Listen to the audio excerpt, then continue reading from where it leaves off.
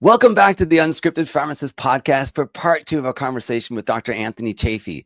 In this episode, we continue exploring the science behind optimal nutrition, as well as the misconceptions about plant-based diets, as well as the impact of the carnivore diet on health and longevity, because that's what it's all about, right?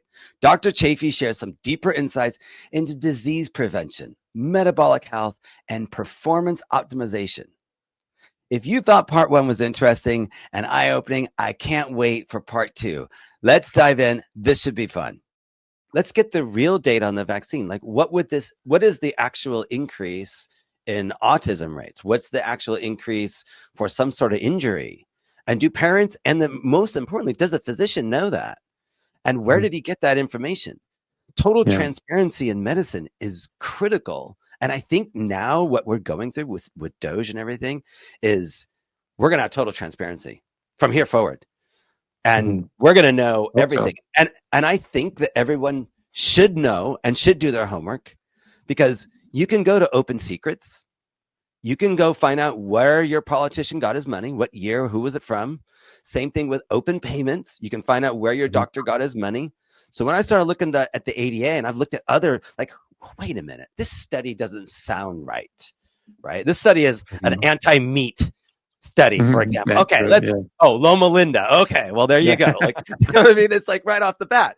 So when you start doing a little bit of research and you kind of go, okay, there's conflicts here. Well, if there's any conflict, I don't know what it did.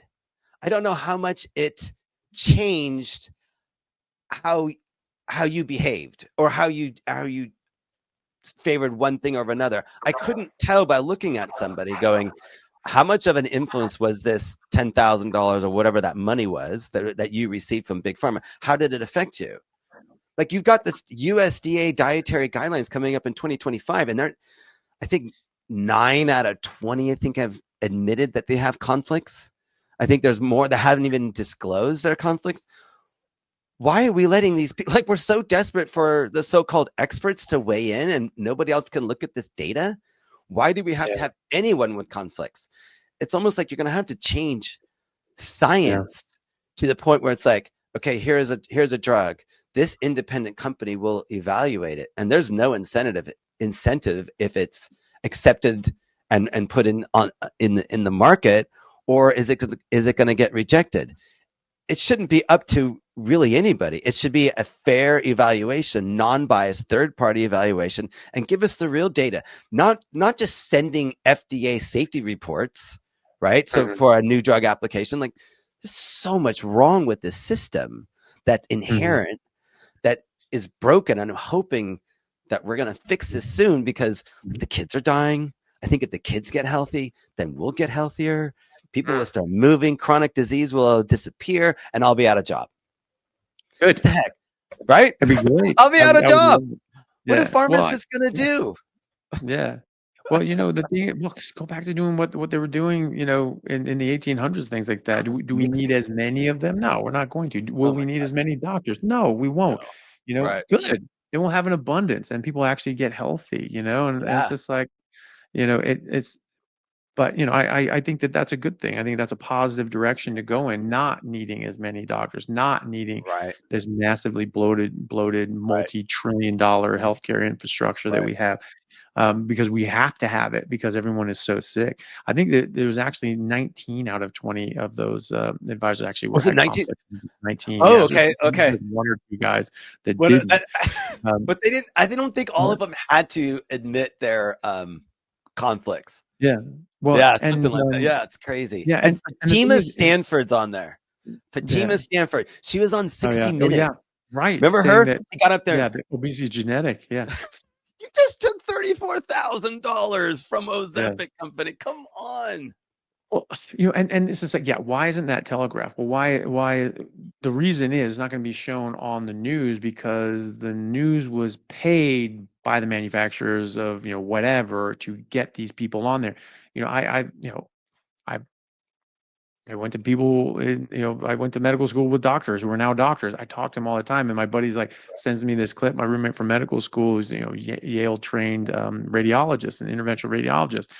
And he's just like, and he's doing something else now, sort of like vascular, with varicose veins injections and things like that, getting rid of that. And so Sclerotherapy. he was on this little sort of morning talk show sort of thing, going, "Oh yeah, here you go." Blah, blah, blah. I was like, "Oh, that's really cool." How'd that come about? He's like, "The company just set it up. They just want to promote it. They want to promote the product. They want to promote, this technique, and so they paid to have me go on as a guest and promote this product. That I guarantee you, that's what Ozempic lady did, is that she was being paid by them to do this spot, and the news organizations with 60 Minutes or whatever, they were paid to have her on there. I don't think that was an organic thing. It almost never is in the media now. I thought, 60 Minutes didn't do their homework on her. That's kind of crazy. Oh, no, they did. Here's the website. I'm like, no, that was intentional. Any news media that advertises for big pharma, that's the narrative. They're not there to advertise to you, the consumer. This is like, would you give somebody $10 million for advertising? You got to give them some sort of slot, but you're making sure for that $10 million that they continue the narrative, which is exactly what we're kind of anti, which is everybody's anti-meat. They're anti-carnivore. I get so much grief about this. Yeah, because it just happens to heal everybody naturally. Hey, what's your feeling on the microbiome? Because I have a very different opinion that I need fiber and plants. You certainly don't. I mean, there's plenty of people that go from like clean ketogenic diets, eating meat, but also eating a lot of fibrous plants. Right. And Benazati did one recently. He's been clean keto for freaking over a decade, right? Super healthy, just doing everything, really great. But having a lot of whole fruits and vegetables with a lot of fiber. So he checked his microbiome, and a lot of people are doing this as well. And they check their microbiome, and on his clean keto, high fiber diet, or decent fiber diet, I don't know exactly what he was eating, but fiber anyway. He said it was okay. It wasn't great, but it was okay. I did that for a long time too. Yep. Yeah. Like 10 years. It wasn't great. No, and the recommendation was you need to eat a lot more leafy greens, fruits and vegetables, get more fiber, and stay away from red meat, and this will improve your microbiome. And he said, so I did the exact opposite of that. I took out all the fiber in plants and basically only ate red meat for 3 months. And at the end of it, he said he had an exemplary microbiome study, and he actually had something like 6 or 8 new species that they weren't even there before. He's like, well, where the hell did those come from? I think it comes from your oral biome, because your oral biome is going to change as well. And then, every bite of food that you chew up, some of those bacteria getting in there and, go down like a Trojan horse, maybe some of those get through. And so that would be my guess. And that, because he wasn't like taking probiotics or anything like that. He was just eating meat, and that was it. Right. And we're seeing a lot of that. And then, they've done studies with the Inuit when they're eating their traditional diet, and they have extremely healthy and diverse microbiomes. So no fiber. Yeah, exactly. No fiber. And so, can you have a healthy microbiome doing something else as well? Sure. People do it. But that doesn't mean that you have to do that only fiber is going to get you there. And you can't do it with meat, and meat makes it worse. It doesn't. And, and I spent 50 years figuring that out. Really? Yeah. Oh yeah. So it took me a lot. I don't know why I couldn't figure it out, because I don't know why fiber wants to rush through my body like it's a toxin, but it does. Right? And I did that for 50 years. And then I listened to plants are trying to kill you. Brussels sprouts have 130 known carcinogens. Like, thank you. Because that was like, hey, I'm finally normal. If we sat down and had dinner and had a salad, I was already in the bathroom before the main dish came. It was like toxic. And I couldn't put it together. I don't know why, but I did this for 50 years. It was slow for several days, and then it was like, oh my gosh, I had my shitty day, right? And then, but just how many people are doing this constantly, and they are too afraid to even try the alternative. So, what arguments do you use to try to convince people? Because I used to work in this diabetes clinic, and I would get in there and I'd try to convince them that they needed me to monitor their blood glucose with the CGM.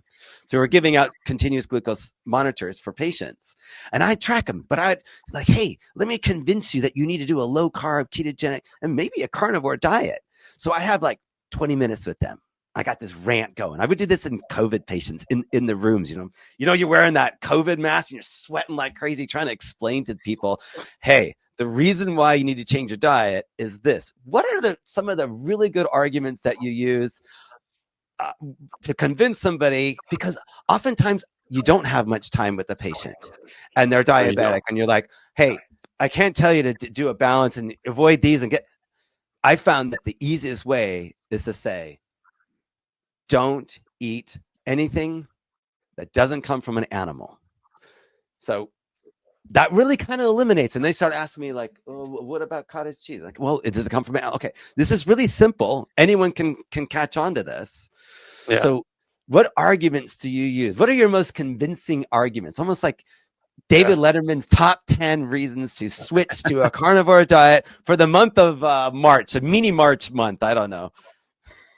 Well, I think you can certainly hone this in from like a specific angle of like if the patients have like a certain issue, like so diabetes, right? Right. You just talk to them and just say, hey, listen, you have this diabetes is a consequence of hyperglycemia. I explained to them about how toxic, glycation is. Excessive blood sugar leads to excessive glycation. That you have about 4 grams of glucose throughout your entire circulatory system at any given time with normal blood sugar levels, and that those 4 grams is sufficient for every single chemical process in your entire body and your brain, and in your entire body and brain. And 1 extra gram of glucose is actually toxic to the body. That's diabetes. Yeah. And your body responds to it as a toxin by trying to detoxify it by elevating your insulin to try to lower your blood sugar.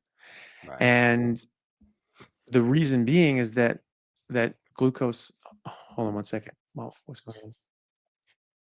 Okay, all right. Okay, thank you. All right. Excuse me. Sorry about that. So where was I? So if you take in these exogenous carbohydrates, those glucose molecules, any carbohydrate molecules, can physically fuse to other molecules called glycation. So you get this buildup of this damage. It's permanent damage. It's irreversible. And you have to just get rid of these molecules and take them out. But you can build up this damage, especially in your vasculature and your arteries, capillaries, etc. Damages the arteries. There's a massive increased association with cardiovascular disease and diabetes. And I believe for that reason, so your high blood sugar is damaging things.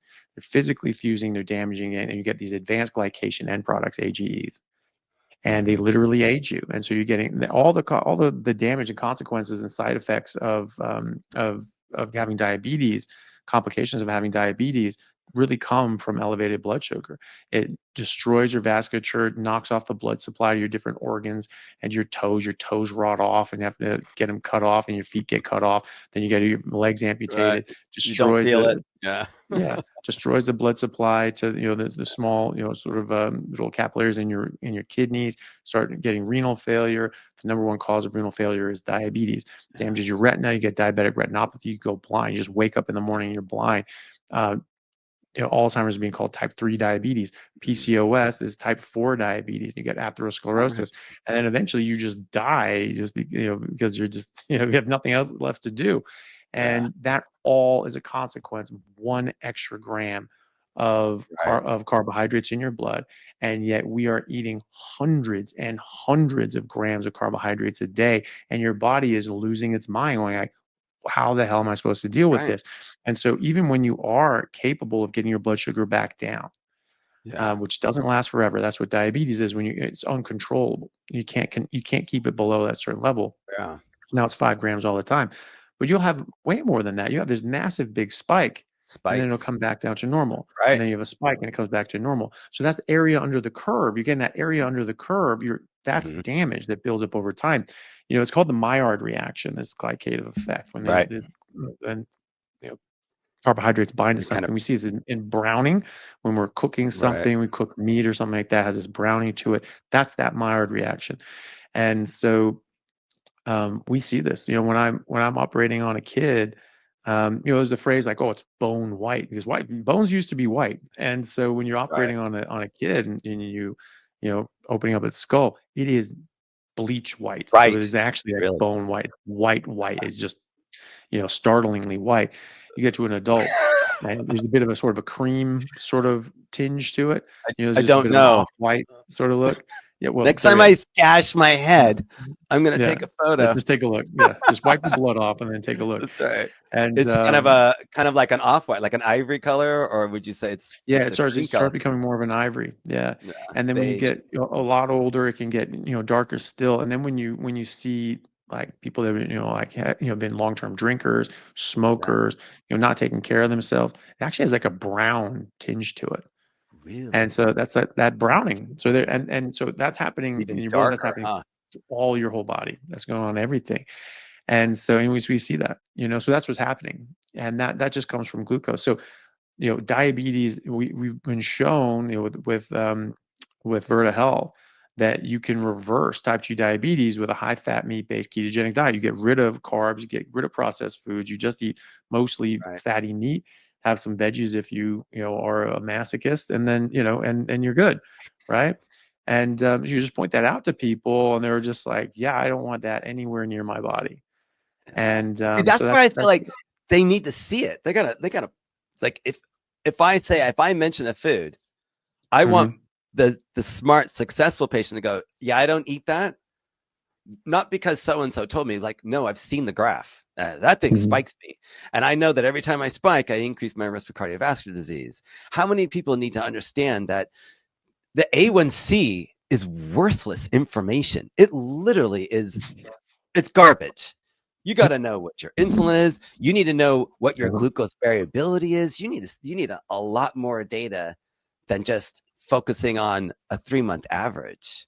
Mm. I feel like Yeah. there's so much more. I want this data in as many arms as possible. I want this new knowledge of what was really going on with our food and lifestyle and how it's affecting our health, because I've seen the graph. I know the graph. Yeah. Yeah. So, I mean, HbA1c is that's a very probably a big, blunt instrument. Yeah. what's that? I was saying A1C is A1C is, yeah, it's a very blunt instrument, and so, it's an if average when you're yeah, bouncing all over, but yeah, you're going to draw a straight line. Come on. yeah, yeah, yeah, exactly. How long have But, we been using that? Since the 50s? I don't know how long that's been out. oh, It's I been don't know exactly forever, when it huh? came in, but yeah, Glucose, I kind yeah, of think of like science as like it's only progressed that like we could measure cholesterol, we could measure glucose. We couldn't measure insulin forever. That yeah. was We didn't even hard. know about it. I Yeah, didn't even know. Like, and to be able yeah, to isolate it, oh my gosh. We could put it in a mm, vial, from a dog, right? The mm, pancreas of a dog. How many mm. people realize that most people would not react to beef insulin? Like, how much beef insulin do you think we could get for cheap?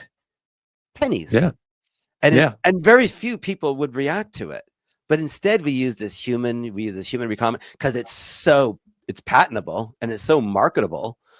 Like, why aren't we using something that's less expensive, especially for type 1s that actually need it? That's the only people that need the insulin. Let's be honest. mm, Like, everybody else, no, you have the opposite. You have the same problem of high glucose, but you have, essentially the completely different. One has a low insulin, the other one has excessively high insulin because it's been elevated for so long. mhm. You know, uh, Yeah, it's yeah. crazy. So it's a backwards system, but it sells vials of insulin, and yeah, What other arguments do you use? Because I've convinced people with a couple of nice little things that I picked up here and there. I talk about mhm, how the colon has gotten smaller, not mhm, bigger, right? I talk about cows having four stomachs. The small intestine is mhm, being the surface area of a tennis court. Why is mhm, that? You know, mhm, why does when you eat meat, your GI tract slows down so it can digest all of it over time, nice and slowly, because it wants to get all mhm, of it, right? And what does Ozempic do? Slows down the digestion so you can feel full for a long period of time, right? And mhm, why how in the world could man ever be dependent upon a plant mhm. for our existence? We're Well, white. and We live yeah, 40 degrees north. yeah. What and one plant across 6 continents that people Oh, live on. and yet we had to have this plant. Well, these plants are the ones. These plants are all the plants that we eat. I mean, they've been grouped and taken from all different sorts of continents, and so those people on those continents before we had intercontinental travel, right, they would have had to been eating something else, right? They couldn't have been eating, you know, the nightshades, potatoes, tomatoes, eggplants, peppers that came from the New World to Europe, right, you know, 500 years ago, right? So if you those are required and you have to have them, right. then why didn't, you know, people in Ireland You have should to have have died. potatoes prior to Right, that? You know, right. in before the 1500s. So, you know, it doesn't stack. But yeah, there's a whole bunch of different reasons, different sort of arguments you can make. I always try to position it in the view of that individual patient. And so if I'm looking through their bloods and their insulin's through the roof, their leptin's up, and their, you know, blood sugar's spiked, and they have all these other sorts of problems, you know, their estrogen is being suppressed, or their testosterone is being suppressed, or growth hormones being suppressed, all these other sorts of things, I can make that argument and say, listen, this is why, you know, sugar is so bad. And then in response to that, your body raises insulin because it's desperately trying to stop all this damage from happening. But insulin affects hundreds of different processes in your body. Like, it suppresses estrogen production in women's ovaries. Okay, that's why you're 38 PCOS, and you're not having your periods. You know, right. and your Or they estrogen got level is the barely creases on detected. their neck. You see that a lot Yeah, too. The acanthosis nigricans. You're like, I yeah, think you got yeah, PCOS.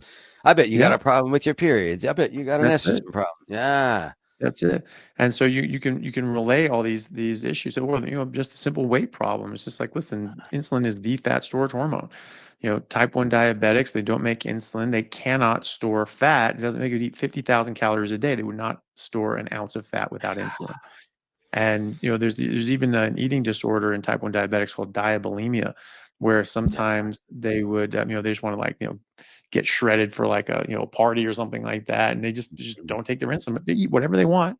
They just don't take Yeah. insulin for a week, and they'll, you know, drop 20 pounds. Horrible idea. It's terrible for you. It's absolutely Yeah. awful and But you and look good. dangerous. You feel like crap though. But I know people that do it. And, you know, this came up, and on some of the, I saw in the comments, people were like, yeah, I don't know, I understand why people have a problem. It's the easiest thing in the world to lose weight as a type 1 diabetic. Just stop taking your insulin. It's great. Just lose tons of Yeah. weight. Do whatever you want. Fantastic. And so that's insulin for you. You have an insulinoma, which is a tumor that Yeah. secretes massive amounts of insulin. They physically cannot lose weight. It doesn't matter what they eat. It doesn't matter if Right. they whatever they do, you Right. cannot lose weight Has to be until you removed. remove the insulinoma. That's it. And Right. so obviously that there's strong hormonal response there. So, but, you know, insulin affects hundreds of different things. So you point that out, and you can argue it that way. You know, That's the big going at secret. it. That is the big secret. You just said the Mm, big secret of medicine. That's not mm, what they want you to know. They no, just I don't. secret. No, don't let anyone know that insulin does anything more than just lower glucose. But what's sad Yeah. is that you still have, I mean, I saw it in the newspaper the other day. They were quoting an endocrinologist from a hospital and saying that insulin, diabetes is a low insulin problem. Like, you can't say that. You just cannot say that. That's a crime, Mm, right? yeah. ADA is pushing that narrative. They Mm, keep pushing it. They will always push it. And this is never going to get to med school. no. When Yeah. okay, why not? Like, Yeah. how would you There's no feel? money. Like, do you deal with students? Like, do you like, hey, I got to tell you something. This is really important. It's all wrong. It's like, it's No, focus on insulin. yeah. You know, You'd ruin their medical education by telling them that, I'm sure.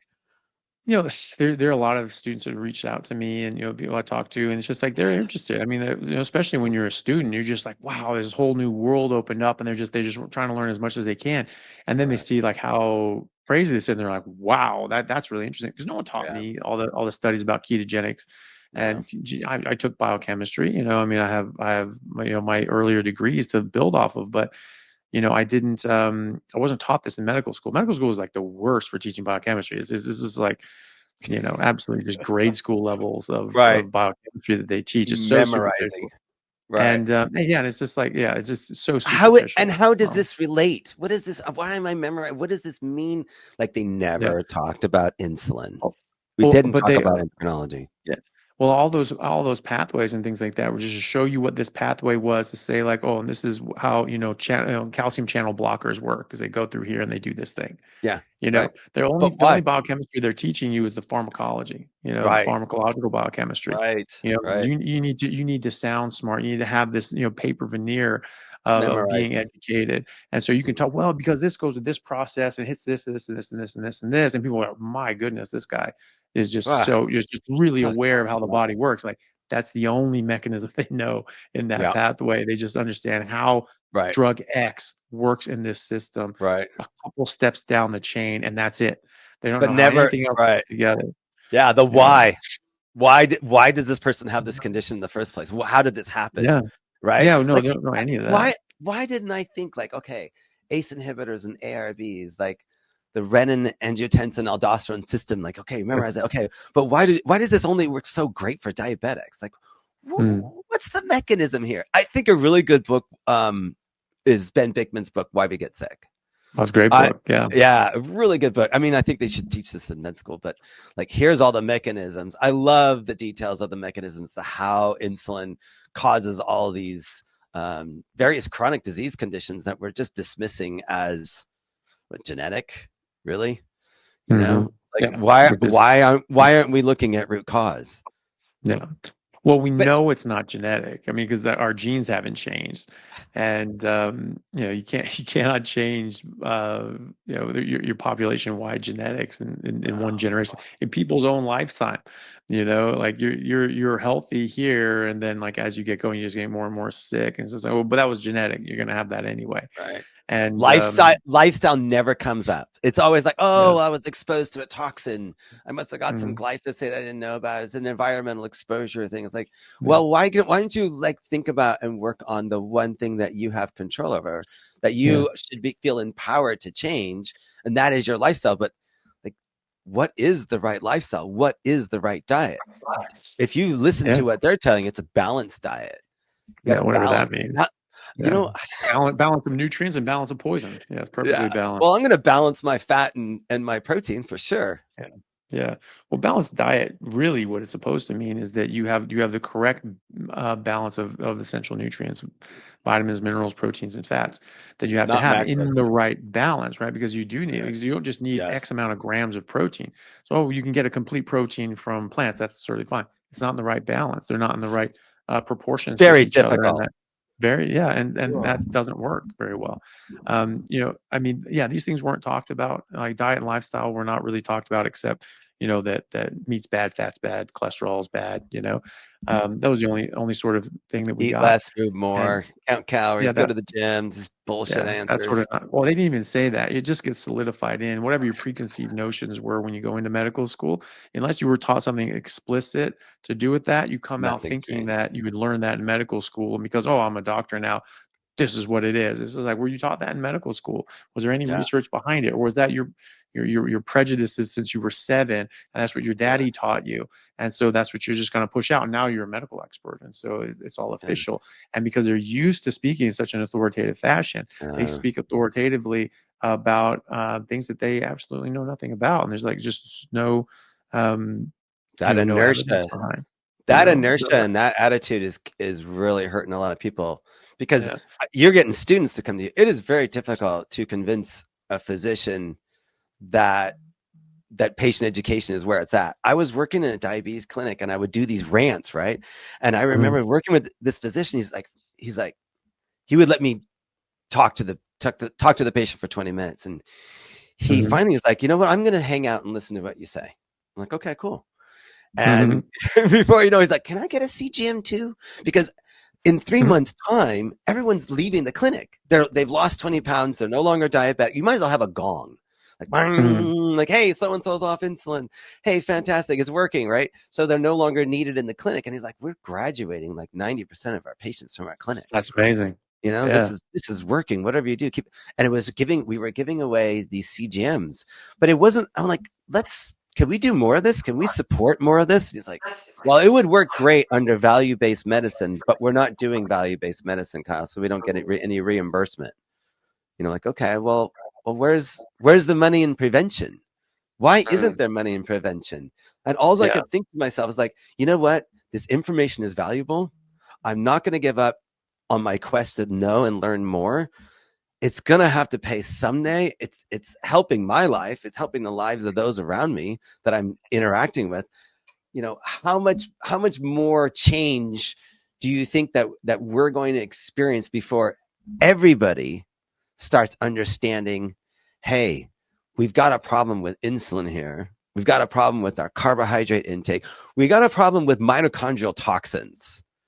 And if something's a mitochondrial toxin, let's identify it, let's pinpoint it, and don't leave out stuff like alcohol. Don't leave the stuff that you like out. You need to list all of the mitochondrial toxins so people really know what to avoid.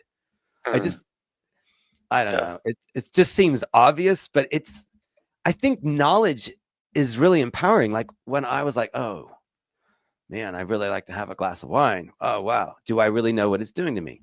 And I feel like, okay, do I have informed consent about what I'm doing? I'm going to have to do the research and figure it out for myself. Okay, the informed consent is ethanol is a mitochondrial toxin. All right, it's going to do this, this, and this. And I can measure it with my Oura ring here. I know what it's going to do. I can see it in a graph. I can see how it affects my sleep. Right now, I feel like I'm informed. Now I feel like, okay, now I can make an informed choice and go, I'm going to pass on that toxin today, you know, because it's for whatever reason. But at least I know. I want people to know and make your own informed choice. Right? That's what we're talking about with vaccines and parents. Like, I think it's you need to be informed about your lifestyle choices and how they're affecting you. If you don't measure, you can't manage it. You don't know what's going on. We don't know what's going on. And I can't wait for the day for these continuous glucose monitors to be maybe on that. Imagine if we knew more data. Imagine if we could do more with that data and understand it. I've seen people completely control their diabetes. You know, they had, you know, using the blend instrument of HbA1c. You know, they had an HbA1c of over 13, right? So this is massively elevated.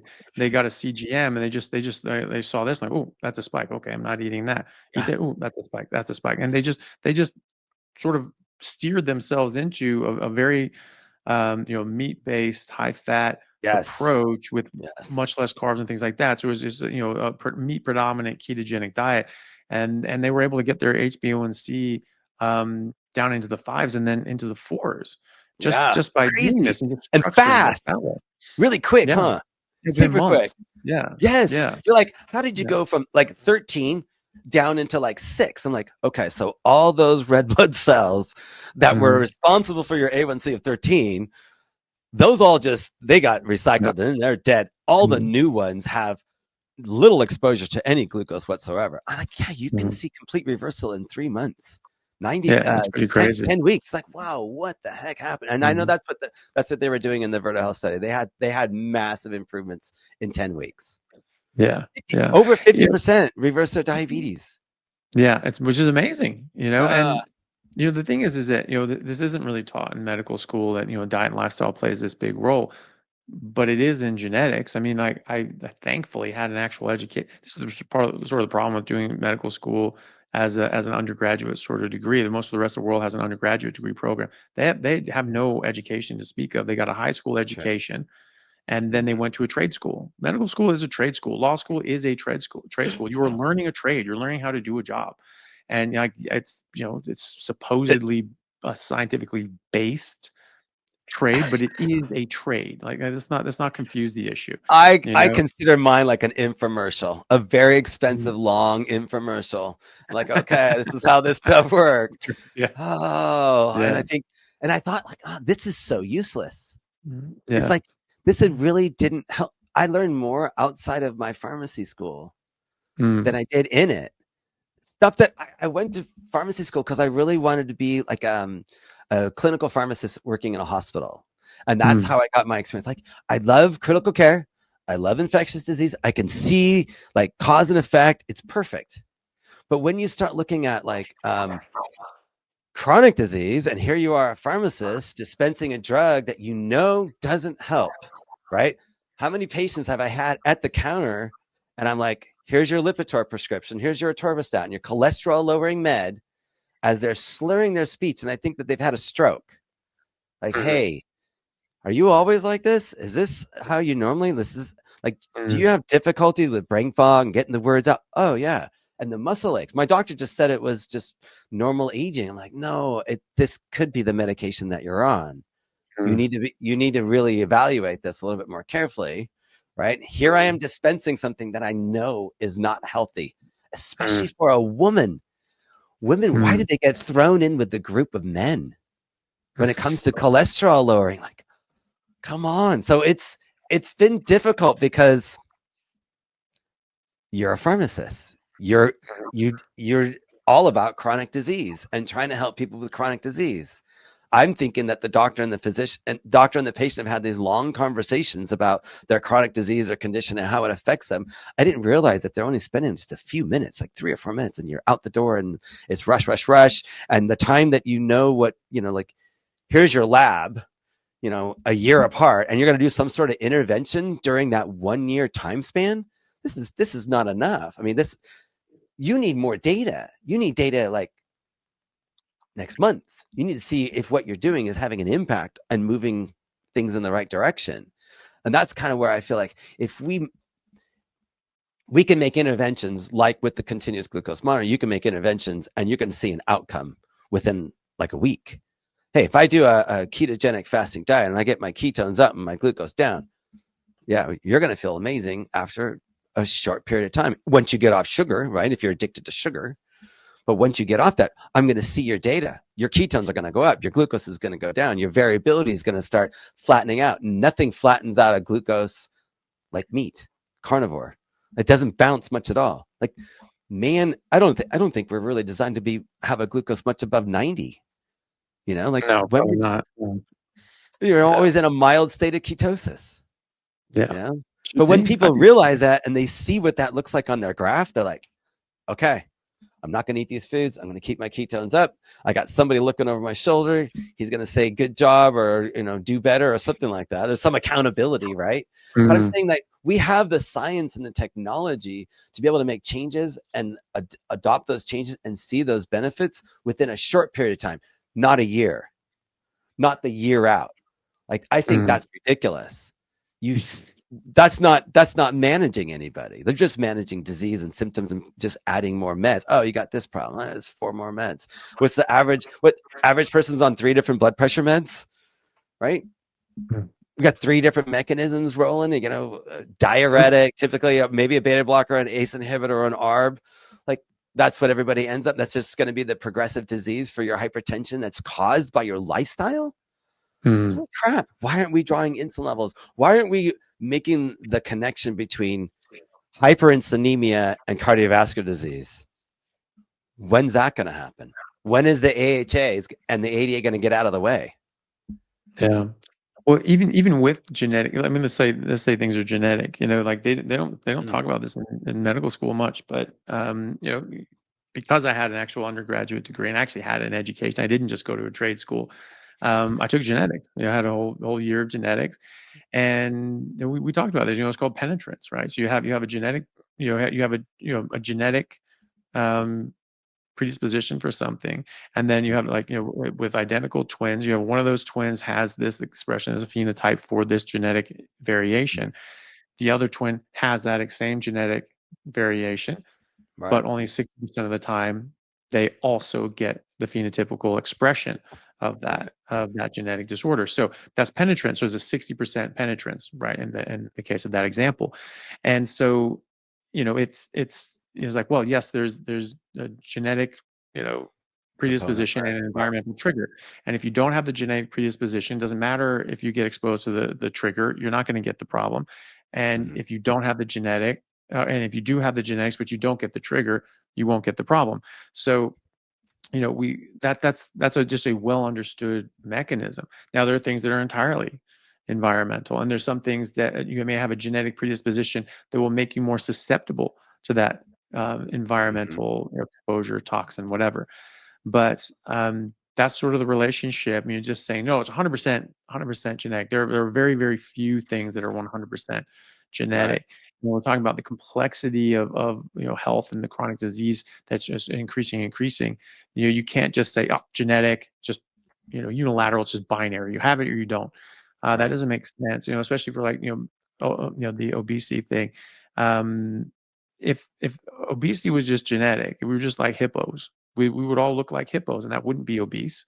That would just be normal. We would look normal. We'd To a be herbivores. chimpanzee, yeah, exactly. And to a chimpanzee, you ever seen one of those guys that like chimpanzees that have like alopecia?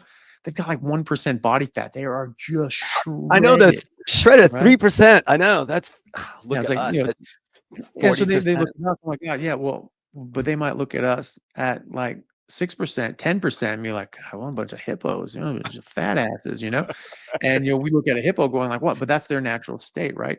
And so Right. you don't have hippos that are just bloated, obese tubs for a hippo. They still Right. stay in this this sort of Same. Right. If you this draw a split. hippo, they all look the same. Same thing with a cow. They Yeah. all look the same. There isn't like fat ones. There isn't fat lions. There isn't fat No. carnivores. Right. And Like unless they're being fed something they're the not wrong. supposed to eat. Right. And so same with us. And so if that were the case, we should have the same sort of range of body fat percentage Mm-hmm. going back since as Right. long as we had records, right? And so Right. then why is it that so the obesity rate would never go up, right? It would just be there. So Constant. you have people in That's the what I. 80s or 70s, really. The obesity rate in America was about 8%. After World Mm-hmm. War II, it was about 6%. And in what 1910, 1920, it was like 1.3%. Yeah. So it was much smaller, historically. And I said, okay, well, 100 years ago, sure, maybe there were famines, maybe people were poor, they couldn't get enough to eat, and so they were Right. skinnier. Well, now the bottom quintile, the poorest people on welfare and food stamps, they're actually more obese than the Yeah. rest of the population. Okay, so what Yeah. happened there? And now there's people saying like, well, if you want to address obesity, then address something that really has something to do with it, like socioeconomic standards and money redistribution. It's like, no, like Right. because you're poor doesn't make you fat, doesn't make you obese. It's that Right. you're on government food stamps and you're being fed a whole bunch of processed junk food Yeah. and garbage, and they Yeah. the Gary cola and then Tubbs. Gary Tubbs brought that up, and he's like, in I think good calories, bad calories. He talked about the women of mm, Tobago, like 1,200 calories, and they were mm, obese, and their children were malnourished. yeah, Their babies were extremely small. How in the yeah, world could somebody that big? Well, if it's a calorie thing, right? I love how he yeah, does the essentially Aboriginal groups, when you move them to another mm, location, they get fat immediately. They get sick. They get hypertensive. mm, Like that's not genetics. That can't be genetics. But mm, epigenetics is what you're talking about, essentially, correct? Would you say like protection of your genetic material requires energy, mm, and in order to keep that DNA nice and covered, basically mm, from mutations and protected, mm, you need energy to protect that. You need to fix the mutations because this is constantly happening in cells. So in order to protect it, you need energy. And if the mitochondria is damaged, you can't have that protection. And I think this is something that Thomas Siegfried talks about, where like, hey, if you can't protect your DNA, you do have the risk of mutations. You do run the risk of developing cancer, not just yeah, because of the hypoxia, but you've got a constant assault of the DNA, typically from mitochondria that's exploding because of the ROS basically is flying everywhere. And the mm, little bullets are just ripping through everything. You yeah, need energy to protect. And if you don't have that energy, it's seed or soil, right? yeah, What disease is going to show up when you don't have the mitochondria to mm, protect your body, your genetic material from going haywire? yeah. Well, and so that's the thing. I mean, there are certain so there's certain sort of innate sort of issues with DNA coding and so on, and and replicating and things like that, and things can get problems. But the majority of the damage that comes is from external forces. We're eating things that can directly damage our DNA. When you damage your mitochondria, they'll shoot off these these reactive oxygen species, cause oxidative stress, and that directly damages the DNA as well. And so, I think I think mitochondria are much more important than the DNA. DNA is like the blueprints, but it's not like a mind. The it's not doing mitochondria anything; it's just sitting there. Yeah, the mitochondria are actually going around doing things, moving things, and using those blueprints to, build the building, to run run the facility, right? So those are the blueprints, those are the documents, that's the information, and then we can use that. And those are all the, the lasts and the prints for all the different things that we're manufacturing. But it's the mitochondria going around doing that, and so that's very important, very, very important. But it's not the end all be all. I mean, it's all is working as a unit, and you start breaking down that unit, and it starts to cause very serious problems. I was just going to say too, I have another meeting starting in about 4 minutes. Just so you know. Yeah. I don't want to go into this next one. We were talking about.